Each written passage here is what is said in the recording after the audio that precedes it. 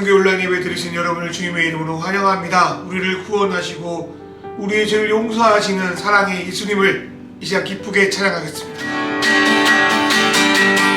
나와서 찬양해, 사랑을 주신 주 찬양해, 사랑이 우리 주님 생기셨네.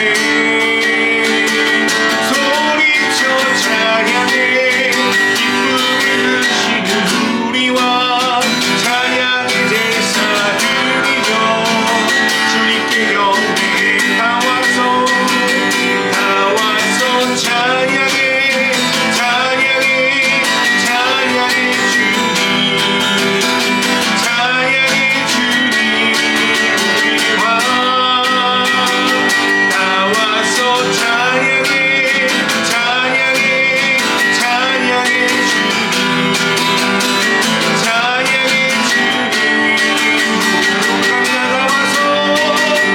나와서 찬양해, 사랑을 찬양해, 사랑의 우리 주님 부르셨네. 소리쳐 찬양해, 기쁨을 주시는 우리와 찬양의 제사 드리며 주님께 경배해. 나와서 찬양해, 찬양해, 찬양해 주님,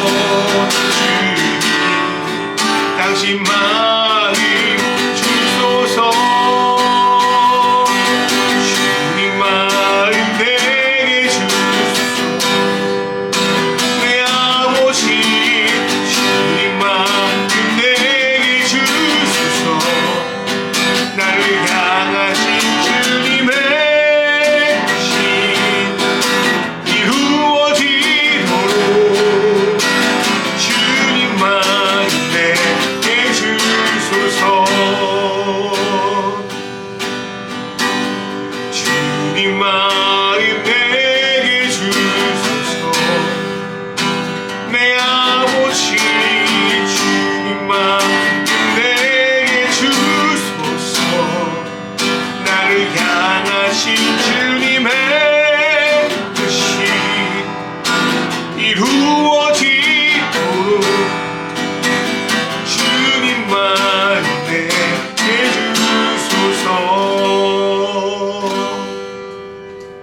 우리를 사랑하시고 우리를 용서하신 하나님 아버지, 오늘도 주님의 크신 사랑 앞에 우리의 모든 짐 내려놓고 나아갑니다. 그리고 주님을 찬양합니다. 우리 예배를 받아주시고 하나님 말씀대로 살아갈 수 있도록 인도하여 주십시오. 내 안에 무너진 것들, 열등감, 아쉬운 것들 있지만 주님의 사랑 안에 있기를 원합니다. 주님의 사랑으로 나의 모든 삶을 붙들어 주시고 풍성하게 하여 주시고 온전한 예배드리게 인도하여 주십시오. 이 모든 말씀 우리 주 예수 그리스도의 이름으로 기도드리옵나이다. 아멘. 오늘의 말씀 요한복음 7장 53절부터 8장 11절 말씀입니다. 다 각각 집으로 돌아가고 예수는 감람산으로 가시니라. 아침에 다시 성전으로 들어오시니 백성이 다 나아온지라. 앉으사 그들을 가르치시더니 서기관들과 바리새인들이 음행 중에 잡힌 여자를 끌고 와서 가운데 세우고 예수께 말하되 선생이여 이 여자가 간음하자가 현장에서 잡혔나이다. 모세는 율법에 이러한 여자를 돌로 치라 명하였거니와 선생은 어떻게 말하겠나이까. 그들이 이렇게 말함은 고발한 조건을 얻고자 하여 예수를 시험하미로라. 예수께서 몸을 굽히사 손가락으로 땅에 쓰시니 그들이 묻기를 맞이 아니하는지라. 이에 일어나 이르시되 너희 중에 죄 없는 자가 먼저 돌로 치라 하시고 다시 몸을 굽혀 손가락으로 땅에 쓰시니 그들이 이 말씀을 듣고 양심의 갑작을 느껴 어른으로 시작하여 젊은이까지 하나씩 나가고 오직 예수와 그 가운데 섰는 여자만 남았더라. 예수께서 일어나사 여자 외에 아무도 없는 것을 보시고 이르시되 여자여 너를 고발하던 그들이 어디 있느냐. 너를 정죄한 자가 없느냐. 대답하되 주여 없나이다. 예수께서 이르시되 나도 너를 정죄하지 아니하노니 가서 다시는 죄를 범하지 말라 하시니라. 아멘. 할렐루야. 맛있는 교회 온라인 예배 들으신 여러분을 주님의 이름으로 환영합니다. 이번 주부터 요한복음 8장을 가지고 말씀을 나누려고 합니다. 기독교는 내가 하나님 앞에 죄인이라는 것을 인정함으로부터 시작됩니다. 그래서 죄에 대해서 어떻게 생각하고 있는지가 신앙생활에서 매우 중요합니다. 어떤 분들은 하나님께 죄를 용서받았다고 믿는다고 함에도 불구하고 계속 죄의식 속에 살아갑니다. 물론 하나님께 용서 구하는 건 당연합니다. 그런데 용서를 받았음에도 자신이 계속 죄인이라는 자책감을 가지고 살아가기 때문에 열심히 신앙생활에도 만족감도 없고 늘 불안하고 행복하지 않은 삶, 불행한 삶을 살아가게 됩니다. 이것을 소위 믿음 좋다는 분들이 신앙 감별사가 돼가지고 너는 죄인이라고 정죄하는 일이 많기 때문이기도 한데요. 이러한 신앙과는 죄를 용서하시고 우리에게 자유를 주신 놀라운 복음을 우리가 제대로 누리지 못하게 만듭니다. 또 다른 분들은 예수님이 나의 근본적인 죄를 모두 용서하셨기 때문에 내가 죄를 지어도 괜찮다는 사고를 가지고 있어요. 그래서 죄를 반복적으로 지어도 하나님이 자기를 무조건 용서해 줄 거라는 믿음 때문에 인생을 막 삽니다. 이러한 신앙은 예수를 믿을수록 점점 예수를 닮고 성장하는 과정을 무시하는 것으로 기독교 신앙을 천박한 신앙으로 변질시키는 여지를 크게 만드는 것이죠. 그래서 저는 이번에 가늠한 여인에 대한 말씀을 통하여서 성경에서 말하는 죄가 무엇인지 그리고 예수님은 죄에 대해서 어떻게 다루신지를 살펴보면서 죄에 대한 온전한 신앙관을 갖게 되기를 소망하고 있습니다. 먼저 앞선 요한복음 7장을 보니까요. 예수님의 대적자들이 예수님이 율법을 제대로 지키지 않는다라는 명목으로 예수님을 논리적으로 이기려고 드는데요. 결국 다 실패합니다. 또 대제사장들과 바리새인들이 연합해가지고 예수를 잡으려고 부하들, 군병들을 보내지만 오히려 이들이 예수님의 말씀에 은혜를 받아가지고 그냥 빈손으로 돌아오는 어찌 보면 황당한 일도 일어납니다. 그래서 이들은 예수님이 절대로 빠져나가지 못할 상황을 만들어서 예수님을 공개적으로 망신 줄 계획을 찾습니다. 그래서 생각한 것이 가늠하다 붙잡힌 여인을 예수님께 데리고 와서 그 판결을 모든 사람 앞에서 예수님께 요구하는 것입니다. 본래 율법에서 간음한 여인은 돌에 맞아 죽어야 했습니다. 하지만 로마법에서는 간음했다고 해서 함부로 사람을 죽여서는 안 됐어요. 그래서 유대인들은 보통 로마의 돈을 피해서 율법의 규례에 따라 형을 집행하는 것이 일반적이었습니다. 그래서 일명 독실한 유대인들은 현재 이슬람 교도들이 그렇게 하는 것처럼 집안에 이러한 일이 생기면 가족 안에서 조용히 해결하는 일이 잦았습니다. 그런데 굳이 간음한 여인을 예수님 앞에 데리고 와서 모든 사람 앞에 판결을 요구하는 이유는 바로 그 예수님을 함정에 빠뜨리기 위해서입니다. 만약 예수님이 여인을 죽이지 말라고 하면 예수님 율법을 어긴 자가 확실하다라고 몰아서 예수님을 공격하고 비난할 것이고, 예수님이 죽이라고 하면 로마법을 어긴 자로 로마 군인들에게 신고해서 예수님을 범법자로 몰아가게 될 것입니다. 이러한 딜레마 상황 속에서 예수님은 어떻게 대응하시는가? 예수님은요, 허리를 굽혀 손가락으로 글을 쓰기 시작합니다. 여기서 글을 쓴다는 것은 원어로 카레그라펜이라는 단어로 과장된 몸짓이 들어있어요. 그러니까 이것은 예수님이 뭔가 좀 과장된 몸짓, 과도한 몸짓으로 바닥에 글을 쓰고 있음을 말해주고 있습니다. 그리고 예수님의 이러한 몸짓과 그러한 글은 유대인들에게 의구심을 갖게 하고 질문을 하게 만들어요. 예수님의 모습은 이들의 예상을 뛰어넘는 특이한 행동이었기 때문입니다. 그런데 예수님은 그냥 글을 쓰시면 되지 왜 이렇게 과장된 몸짓으로 글을 썼을까요? 저는 이 몸짓에 글로만 담을 수 없는 예수님의 그 감정적인 메시지가 담겨 있다고 생각이 됩니다. 최근 스트리트 우먼 파이터, 줄여서 수우파라고 하는데 이 프로그램이 좀 대세라고 해요. 그동안 가수 뒤에 가려져 있던 그 댄서들의 모습이 새롭게 조명되고 있습니다. 댄서들은 말은 하지 않아도 몸의 동작을 통하여 메시지를 어떤 언어보다도 강렬하게 전달할 수 있습니다. 마찬가지로 허리를 굽혀 과장된 몸짓으로 글을 쓰시는 예수님도 마찬가지라고 생각합니다. 그리고 본문 말씀 속에서 예수님의 모습은 매우 신선합니다. 솔직히 복음서를 살펴봐도 예수님은 대부분 말로써 가르쳤지 글이나 몸동작으로 메시지를 전달하는 모습은 오늘 이 본문이 거의 유일하지 않나 싶습니다.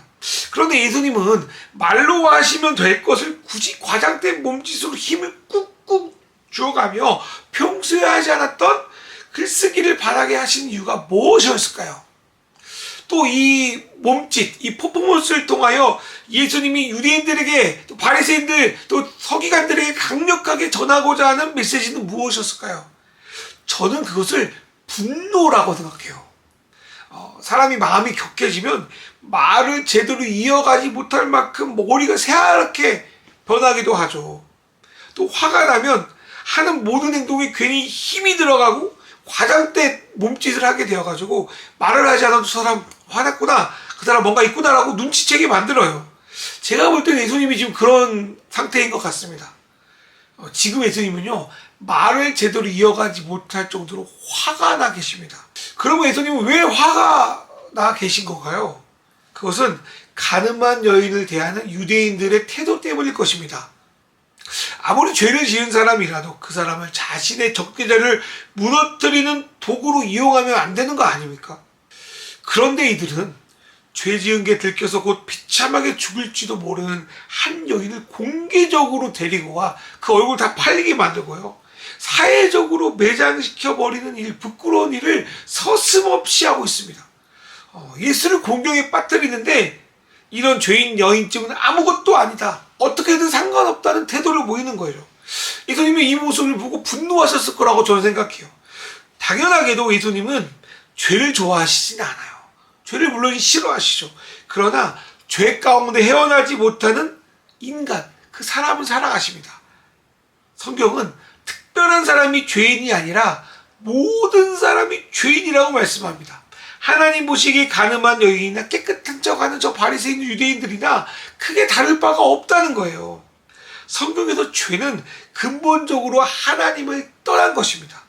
그 죄가 사람마다 결과가 나타나는데 어떤 것들은 간음처럼 눈에 확 띄는 거기도 하고, 어떤 것은 교만, 질투 이런 것처럼 겉으로는 잘 드러내지 않지만 실제로 심각한 죄의 열매를 맺기도 합니다.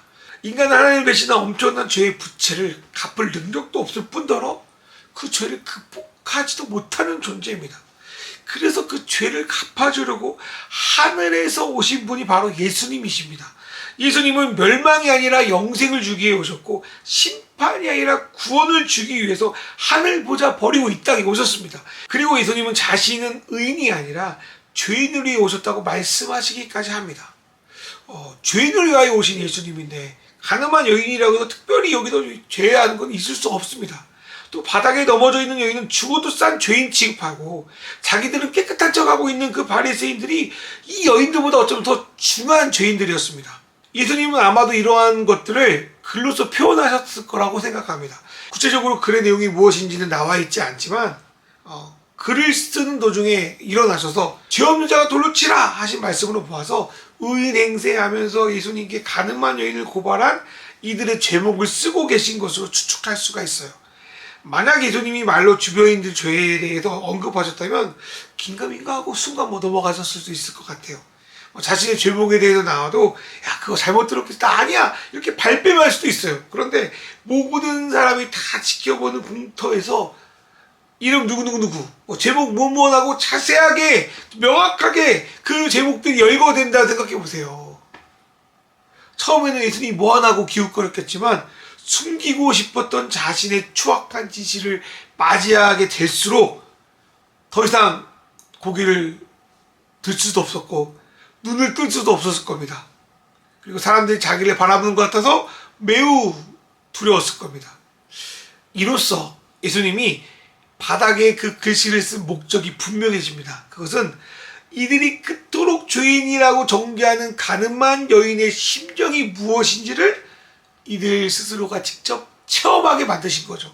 너희가 지금 길바닥에 내팽겨친 이 여인의 심정을 너희가 아냐? 이 여인이 지금 어떤 마음의 고통을 겪고 있는 줄 아냐? 이 여인만 죄 많고 너희는 죄 없는 줄 아냐? 너도 이렇게 죄가 많으면서 다른 사람을 이해하려고 하지도 않고 오히려 뻔뻔하게 이용만 하려고 드냐?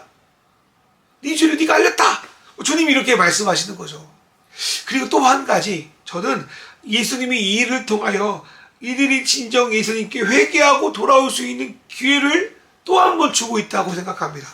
누가복음 5장을 보면요, 베드로가 예수님의 제자가 되는 장면이 나와요. 베드로는 예수님 말씀대로 그물을 던져 순종할 때 물고기가 절대 잡히지 않는 곳, 잡히지 않는 시간 속에서 그물이 찢어지도록 많이 잡히는 모습을 목도합니다. 이것을 보고 우와 로또다, 와 돈 벌었다 이렇게 반응한 것이 아니라 어떻게 반응하냐면 나도 어떻게 해도 안 되는 죄인이라는 걸 깨달아요. 그래서 예수님 앞에 주님 나에게서 떠나가십시오. 전 죄인입니다. 그렇게 고백하는 거예요. 그리고요, 그렇게 베드로가 자신을 죄인이라고 고백하는 그때가 이전의 삶을 내려놓고 주님께로 돌아설 중요한 터닝 포인트가 됩니다. 마찬가지로요, 이제까지 껍데기만 의인이지 실제로 별 다를 게 없는 죄인이었던 사람들이 예수의 어떤 분노의 글짓기를 통하여 흔들리기 시작할 때 이전의 삶을 회개하고 온전한 진리이신 예수께 돌아갈 절호의 찬스가 생기는 것이었습니다. 솔직히 기독교 신앙은 남이 아닌 자신이 하나님 앞에 얼마나 끔찍한 죄인임을 인정할 때 시작됩니다. 그리고 하나님 아니면 예수님 아니면 네 인생을 제대로 살 수 없다는 것을 진정 믿고 깨달을 때 그분의 도움을 구하고 방향을 돌이키게 되는 거예요. 그러나 이들은 명백하게 글씨로 자신의 죄가, 자신의 문제와 상황이 어떤 것임을 보았음에도 불구하고 스스로 그 눈을 감고 도망쳐 버리는 것으로 그 기회를 날려버립니다. 그리고 여전히 하나님과 세상, 자기마저도 속이고 의인인 척하는 삶을 살아갑니다. 어쩌면 예수를 믿는다 하는 저와 여러분 중에서도 이러한 신앙생활을 하고 있지 않나 내 자신을 되돌아보게 됩니다. 사랑하는 여러분, 예수님에게 죄의 문제는 우리가 얼마나 부족하냐, 추악하냐, 잘못했냐에 있지 않아요. 진정 내가 죄인인지를 인정하는 것이 중요합니다. 오늘 말씀을 보면 예수님의 글쓰기 앞에 의인인 척하던 모든 자들이 도망가 버려요. 예수님 앞에 자기 죄를 용서하고 새로운 방향으로 돌이킬 기회를 잊어버린 거죠. 오히려 예수님 앞에 남아있는 사람은 딱 한 사람이었어요. 그 사람은 누구나 죄인이라고 손가락질 받는, 죄인이라고 인정할 수밖에 없는 가늠하다 잡힌 여인입니다. 저는 이 여인이 얼떨결에 주님 앞에 남아있다고 생각하지 않아요. 앞에서 말씀드렸지만 이 여인은 유대인 율법으로는 돌에 맞아 죽어야 됩니다. 그래서 자기를 끌고 온 이들이 예수님 행동에 놀라서 막 자빠지고 도망칠 때 그 틈을 타 도망가는 게 이 여인에게는 훨씬 더 유익일 수도 있어요. 그러나 그녀는 예수님 앞에 그대로 서 있습니다. 그게 무슨 의미인가요? 예수님 앞에 자신의 죄를 고백하고 예수님께 자기의 판결, 자기의 처우를 맡기겠다는 의미입니다. 앞선 요한복음 8장 6절에서 예수님이 글을 쓰실 때 몸을 굽혔다라는 구절이 나요. 근데 여기서 굽혔다는 말씀은 노예들이 주인을 섬길 때 쓰는 단어입니다. 이것은 무엇을 말합니까? 예수님은 이 여인을 도구 취급하는 서기관들과 바리새인들에게 분노하셔서 손가락을 드시기도 하셨지만 이 죄인인 여인을 섬기시려고, 구하려고, 구원하시려고 몸을 노예처럼 굽혔다는 것을 알 수 있습니다. 다들 이 여인의 죄에 대해서는 손가락질하고 조롱하고 있었지만 그 여인 자신이 겪고 있는 부당함에 대해서 아무도 생각해 주지 않았습니다. 자신을 사람보다 못한 죄인 취급만 했지 누군가가 자기를 위해서 몸을 굽혀 섬긴다는 것, 자기를 위해서 대신 싸워주고 분노해준다는 것은 상상도 하지 못했어요. 그런데 예수님이 죄인인 자신을 위해서 분노해주고 노예처럼 몸을 굽혀 섬겨주고 있는 거예요. 그런 분 앞에서 자기의 안위를 위해서 도망칠 수 없었습니다. 그리고 자신을 숨기는 것이 아니라 죄인 모습 그대로, 있는 모습 그대로 가지고 예수님 앞에 나아 죽든지 살든지 그분의 판결을 묵묵히 구하고 있는 겁니다. 우리 역시 각자 환경이나 상황이 다르지만 이 여인의 태도로 주님 앞에 나아가야 할 줄 믿습니다. 내가 부끄러워도, 내가 부족해도, 내 안의 것들이 너무 추악해도 주님 앞에 내가 죄인임을 인정하며 겸손하게 나아갈 줄 믿습니다.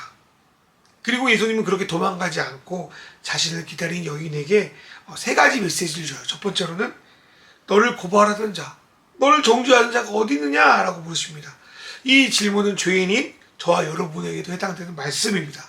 우리는 원수가 생기면 화가 나죠. 내 뒤통수를 친 사람만 생각해도 혈압이 올라요. 잠을 못 이룹니다. 온갖 거짓과 모함이 내 삶을 오해받게 만들고 흔들어 놓기도 합니다. 그런데 예수님이 그 모든 것을 이미 다 치워버렸대요. 없애버리셨대요. 그게 아무런 상관이 없다고 말씀하시는 거예요. 그러니 이 모든 것을 내려놓고, 나를 힘들게 하고 무너뜨리는 모든 원수 것들을 내려놓고 우리를 자유롭게 하신 예수님을 믿으며 나아가면 되는 거예요. 사랑하는 여러분, 예수를 믿는다는 건 그것은 우리가 예수의 소유가 되었다는 것을 의미합니다.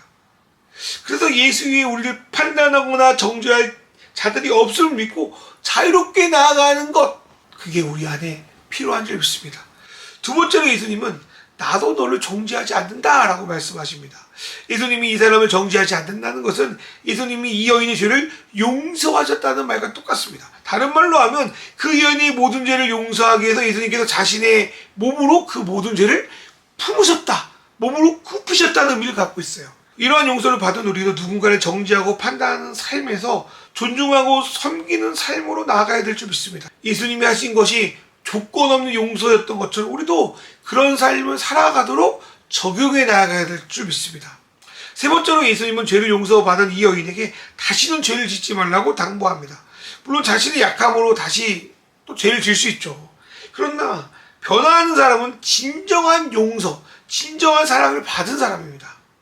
처음엔 잘 안 되는 것 같고 넘어지는 것 같아도 예수의 사랑이 계속 노출되고 그 사랑에 반응하다 보면 점점 주님의 뜻대로 나아갈 수 있다고 저는 믿습니다.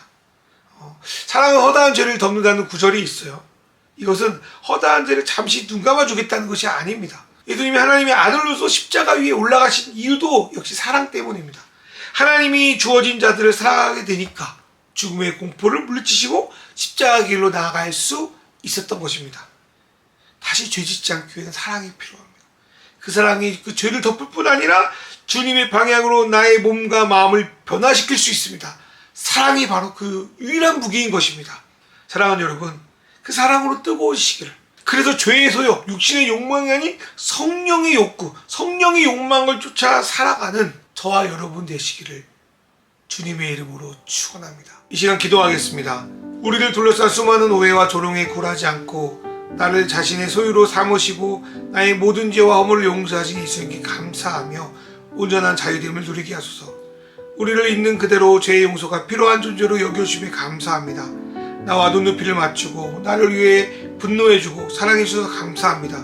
그 사랑에 반응하여 내가 주님께 용서를 받았듯이 나도 우리 주변에 용서를 드러내게 하소서. 여전히 반복된 죄를 짓고 실수한 우리입니다. 그러나 다시는 죄를 짓지 말라 하는 말씀이 우리 삶의 목표가 되게 하시며 하나님과 이것을 뜨겁게 사랑함으로 그 뜻을 이루게 하소서. 이 시간 세 가지 기도 제목 놓고 같이 기도하겠습니다. 주여 아버지를 예수.